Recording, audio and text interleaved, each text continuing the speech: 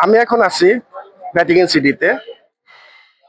Vatican সিটিতে আপনারা দেখতে পাচ্ছেন হাজার হাজার লোকজন পপের শেষ বিদায় জানার জন্য যাচ্ছে এবং বিশ্বের বিভিন্ন দেশের লোকজন এখানে জড়ো হচ্ছেন।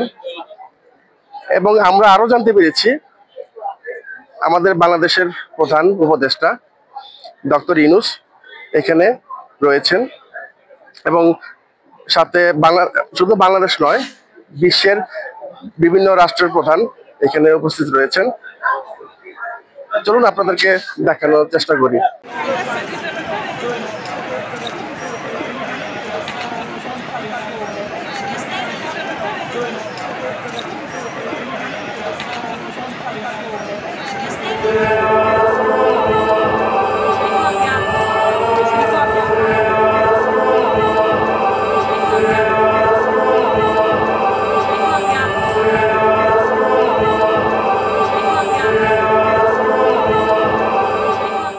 দর্শক, আপনারা দেখতে পাচ্ছেন ভ্যাটিকান সিটিতে লক্ষ লক্ষ লোক এখানে জড়ো হয়েছেন। বিভিন্ন দেশ থেকে লোক জড়ো আসছেন এখানে পপ ফ্রান্সিসকোর শেষ কীর্তন অনুষ্ঠানের জন্য যোগ দেওয়ার জন্য।